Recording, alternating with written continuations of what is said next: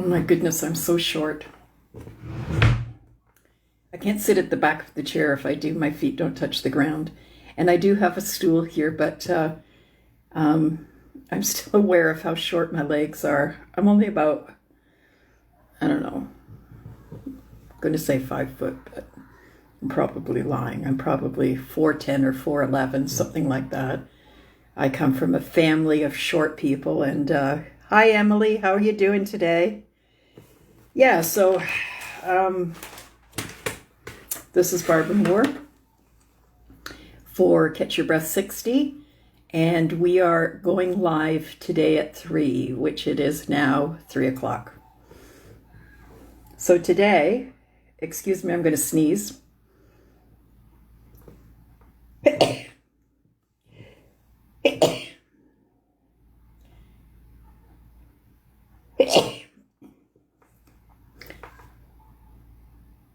Oh my goodness, that took my breath away. Hi Kathleen, hi Becky, hi Gail, how are you? So today we want to talk about anxiety and the breath. You know, the one thing, hi Jeanette, hi Beverly, thank you for joining us today. Kathleen, how are you? I got my sweater on and off and on and off and on and off. It's very, very hot today.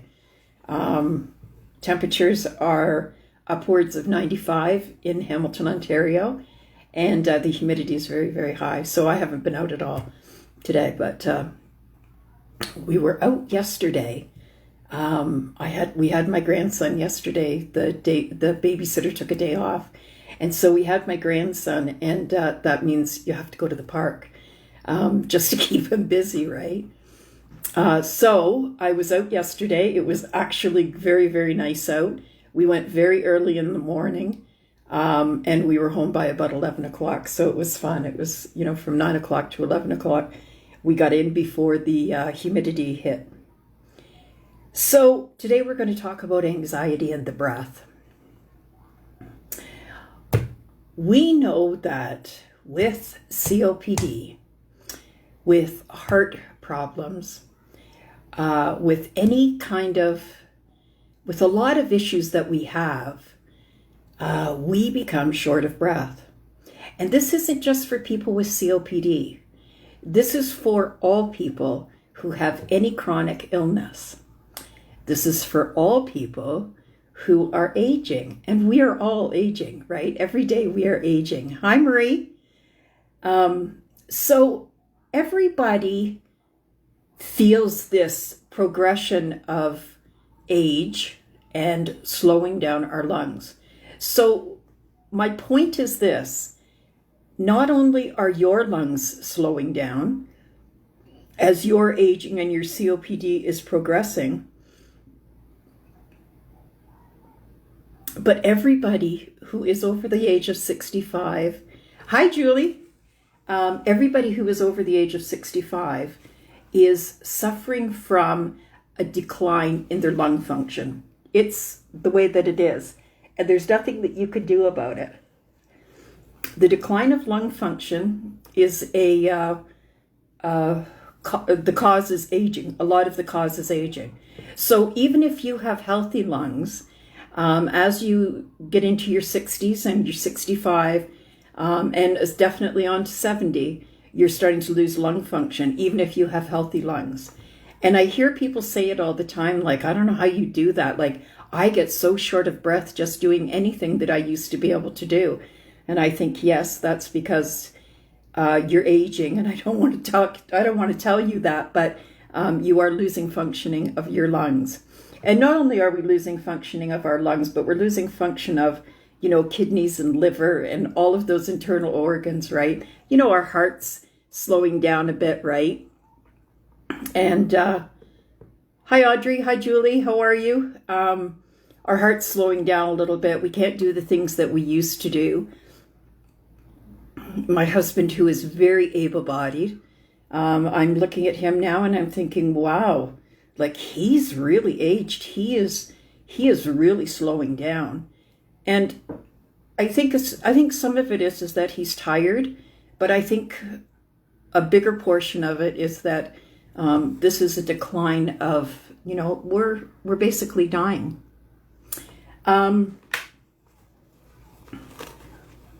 It's a fact that we are all going to die. I don't know anybody who survived this and didn't die. So we all know that we're going to die. So the question is, when is that going to happen? Well, that's the unknown factor, right? And if we knew that, then we would be, because, I could go to bed tonight, not wake up in the morning, and that would be it, right? I would have left those things on the table that I wanted to do and I didn't do. I would have left them on the table. So anxiety in the breath. Once you get anxious about something, your heart starts to race. And when your heart starts to race, you start to get short of breath, even if you don't have COPD or any lung issues at all. You're still going to get short of breath. Because your heart is what makes you short of breath. When your heart beats faster, you get short of breath. So one of the problems with having COPD and heart problems is that both problems mimic the same symptoms. And so for me, I always have my oximeter around, and I always have to know, is this being caused by heart or lungs? Because I have the two issues, right? So when I look at my oximeter, I can tell you that my oxygen is probably pretty good, but my heart rate might be up to about 99, and that's not good, right? It's a little bit high for me. So some days, today's one of those days. Heart rate is just very high. I'm up right now to oxygen's 92, which is where it should be. And my heart rate is up at about 100. And it's been like this all day. So I'm not going to worry about it. I'm just going to wait until tomorrow. I'm just going to say, well, I ate something last night or whatever, right? So my heart rate's high. But what that will do, and I do notice it, when my heart rate's high, that I will get a little shorter of breath, just as I'm going to the washroom and back. So when you become short of breath, what happens to you? How you play this scene is going to determine how this episode is going to play out. When you get short of breath, your brain says, oh, she's panting. She must need something, and there must be some fight or flight. And in order to help her with the fight or flight, I'm going to send all of the energy that your body has to your legs. Why? Because if you see a tiger, you might have to run. And we've all heard this before about the tiger and having to run. And we know definitely that we're not going to see a tiger probably in our lifetime. At least I'm not going to in Canada, but unless it's in the zoo. But I'm probably not going to see a tiger in the wild or coming after me. But what I am going to say is that when I suffer from anxiety, it feels almost the same as if I'm looking at a tiger pouncing on me. So when you get anxious, all of your energy goes to your legs, the fight and flight thing. It leaves the bowel and the bladder to their own devices, and it says, we don't need that right now. Your thought at this moment will predict how the episode is going to go.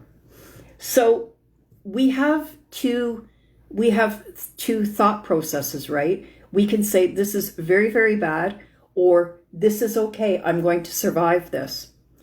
So when I was first diagnosed, and most of you have read my story or heard my story before, when I was first diagnosed, I was diagnosed with a sudden cardiac arrest. That's what happened. So I was diagnosed with COPD, and about 6 weeks later, I had a sudden cardiac arrest. I was sitting at my kitchen table having a glass of wine, getting ready for work tomorrow, and all of a sudden I couldn't breathe. Now, I knew nothing about breathing at the time. I knew nothing about what was causing it or anything, right? We now know that if you are not pursed lip breathing, that what happens is that your lungs get too full of air and you can't get any breath in. And this is what I said to my daughter when she was in the house, and as soon as she came up to me, I said, I can't get any breath in. We didn't know enough to slowly purse our lips and to breathe out. If we had known that, I probably would have been able to save myself that night. But as it stands, I didn't know anything about breathing in those days. And so I went into a sudden cardiac arrest. My heart stopped. The paramedics came, blah, blah, blah. They got me they did the defibrillator and all of that, right? And they took me to hospital, and I lost vital signs a few times on the way to the hospital. It was real touch and go. And I was very lucky that they stuck with me, and they stayed with me through the night, because I was put on a ventilator and I started to stabilize the next day. So in my ignorance of COPD, I was thinking, and they sent me to rest rehab, and this is how I found out. So in my ignorance of COPD, I thought that every time I had an exacerbation, I thought this was an exacerbation, that I was going to lose consciousness. And I didn't realize that this was not the normal way to have an exacerbation. An exacerbation is a worsening of your condition. It's more mucus, it's more cough, it's all of that stuff. But most people do not go into sudden cardiac arrest when they have COPD, and that's not a normal thing for them. So for me, that is what I experienced, and I didn't know until I asked. And I asked about 6 or 8 weeks later. I was in rehab by this time, and getting some education and finding out that what I had was not a normal exacerbation. Unfortunately, it happened again 6 months later. And that time, when they put me on the ventilator, I was awake. And I could hear everything that was going on around me. My family had just left, which was unfortunate. They had sedated me and put me into ICU, and they assumed that I would sleep all night, but I was awake. And when I woke up, I have this tube in my throat. I can't talk. And I have my arms are tied to the side of the bed, because they don't want you waking up and trying to pull this out of your mouth, right? So they tie your arms. And when I woke up, and I'm totally claustrophobic. So I woke up and I thought, oh my God, I'm going to go out of my mind. And then I remembered my daughter saying to me, you have control over this. You are the only one who can control this. Now put a good memory in your head and play it over and over again. Breathe. Breathe slowly. Try to do what you can to calm yourself and stay in that good memory. This is not going to be forever. This is going to be for a very, very short amount of time, and you are going to survive this. If I hadn't had that thought in my mind, I would have gone out of my head. So keeping things positive is really, really important when you are suffering from anxiety. Hi, Fred. Hi, Marion. How are you? Hi, Anne. So these things are really, really important when you're suffering from shortness of breath. And we know that, we can go to the bathroom and come back. I do it several times a day. One time I'll go to the bathroom and I have to sit in there for about 10 minutes before I can catch my breath. So, I just finished rehab and I had an excellent guy, and I'm sorry I have to keep blowing my nose. I don't know why my nose runs so much, but anyways, it does. So, when we start to get short of breath, we get into a cyclone. It's called the ABC. the I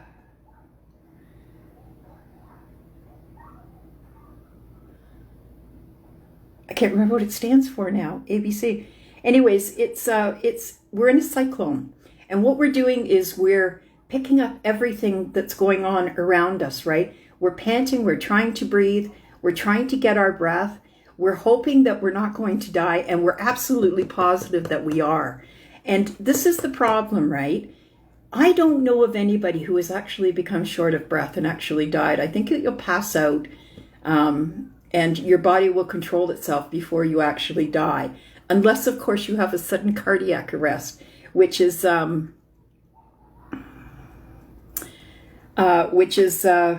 unfortunate, but it really doesn't affect a whole lot of people. Like, it's probably not going to happen to you.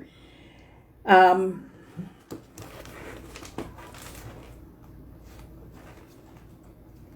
trying to think of what this, I don't know why I can't think of this right now. I was talking about it this morning. Oh, it's called the anxiety breathless cycle. That's what it's called. Anxiety breathless cycle, ABC. We pick up everything it's like a cyclone where we pick up everything that is going around us. So let's talk about how this happens, okay? I'm home alone and somebody rings the doorbell. So, I've talked about these steps before. I have all of these steps. I have 7 steps down, and the problem is that there's 7 steps up. So when I'm home alone and somebody rings the doorbell, my first thought process is, am I going to answer it? So my kids, I have a keypad on my door, and my kids all know the code to the door. So anybody who I want to come into my house knows the code to the door. Sometimes I think, but maybe somebody's, checking out the place to see if there's anybody home. And I don't want somebody coming into my back door thinking that there's nobody home, right? So I play all these scenarios in my mind. Oh my God, what's going to happen? What if this is somebody scanning the place? What if somebody's scoping it out to see if there's somebody home? Well, what am I going to do if somebody comes in? Well, I have a 100-pound German Shepherd who is, pretty old. Like, she's 13 years old. But one thing she does, and she's deaf as a doornail, and I don't think she can see too much. But one thing she does do is when that bell rings, when the doorbell rings, she barks. And you know what? That's all I need her for. I don't want her to go bite anybody, and I don't want her to attack anybody. But if anybody did come in, I'm pretty sure that she would do it, right? So picture this, you're sitting by yourself and you're thinking, the doorbell rings and you're thinking, oh my goodness, I should answer that. How will I do that if I have to go down those steps and I answer it? I have to come back up those steps. I really don't want to exert myself like that right now. What if it's somebody who is selling something, or somebody that I don't want to talk to? What if the guy doesn't have a mask on? What am I going to do if I open that door, right? And these things can start to trigger some kind of anxiety. And I know it's not always as kind of cut and dry like this, but honestly, something like this can start it. We can turn this around with planning. And how we do this is called BBB, body, breath, and brain. When we get short of breath, and when we start to feel anxiety, we get short of breath. And one of the things that we have to do is have our oximeter there. We should have our oximeter close to us. This way we can tell if it's oxygen or if it's heart. Lungs or heart. So if it's oxygen and your oxygen's low, you can turn it up. But there's not much you can do for your heart. So we have to know which it is, right? Because we could have some quick remedies if this is oxygen lowering. So the BBB is this. You start to feel panicky. What am I going to do? How am I going to control this? Well, I can tell you that whatever you did last time is the same thing you're going to do this time. So whatever you practiced last time, and no matter how good or how bad it turned out, That's what's going to happen this time, unless we find what the triggers are. So in law, they have a word called causation, and we're always looking for causation. So triggers are the causation of the issue. They are the things that caused this issue. We have to find the triggers, because if we don't find the triggers, then we will always be caught unaware. What is the causation of this? The doorbell rings. Somebody's cooking something in the kitchen. It starts smoking. I got locked out of my house. I was driving on my scooter and I crashed. A lot of things can happen, right?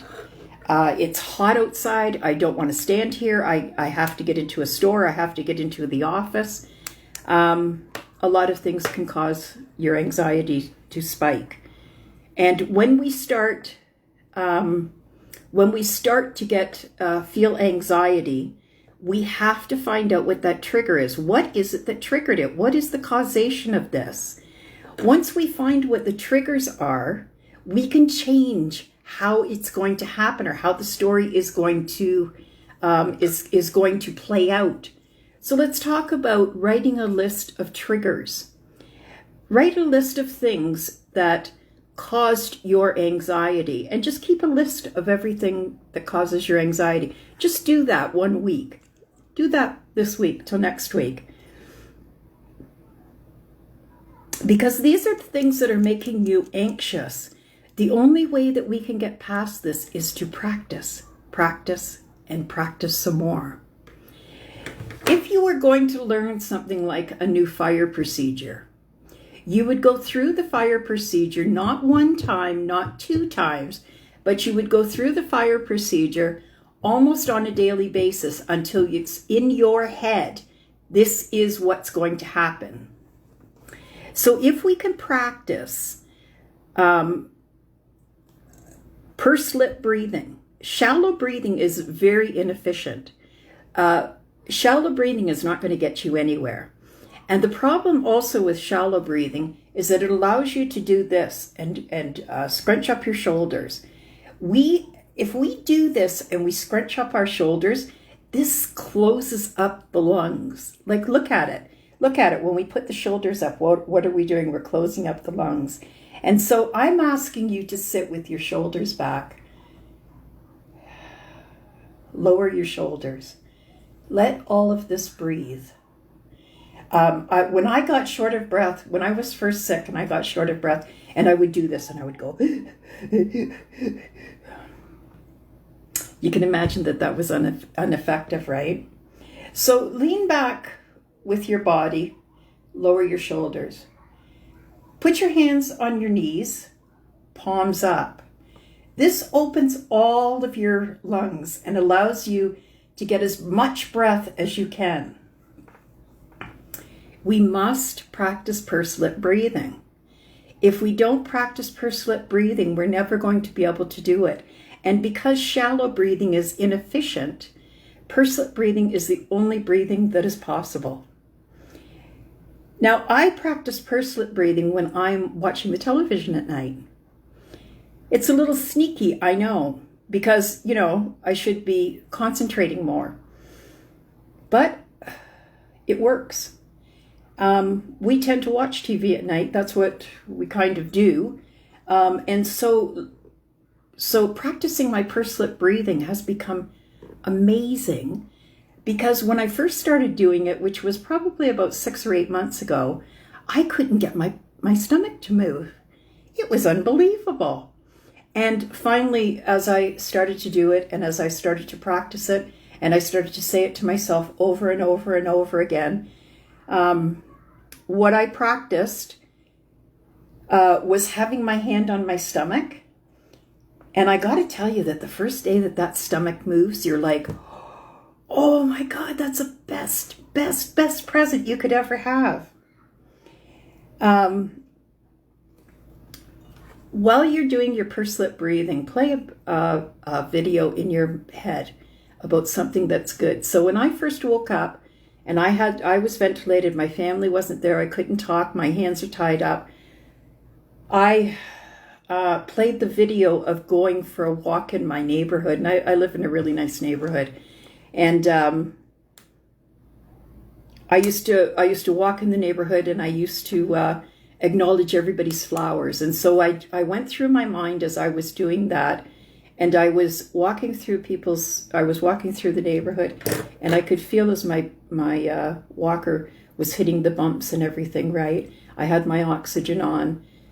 It was a nice day. I could hear the birds, and that was the thought that was in my mind until she came and gave me another needle and knocked me out. Change the picture in your mind and make it something good. Make it something really, really pleasurable. For me now, my videos in my brain are all the videos about my grandson. They are, I could play any time that I saw my grandson, and I would play that video back, and it will calm me, and it will allow me that split-second window to calm myself. Pursed breathing. Change what your brain is thinking. You have control over your brain and what it does. So if you're not changing the thoughts that are in your brain, the same thing that happened last time is going to happen this time. Keep your oximeter within reach so that you know, like I said, whether it's heart or lungs. And the other thing is, sometimes I'm sitting here at night and I go, I felt a little flutter. And I look at my oximeter, and there's nothing wrong. There's absolutely nothing wrong. So I have to decide whether I'm going to get upset about that, whether I'm going to feel anxiety about it, or whether I'm just going to let it go. You have the power to control your mind.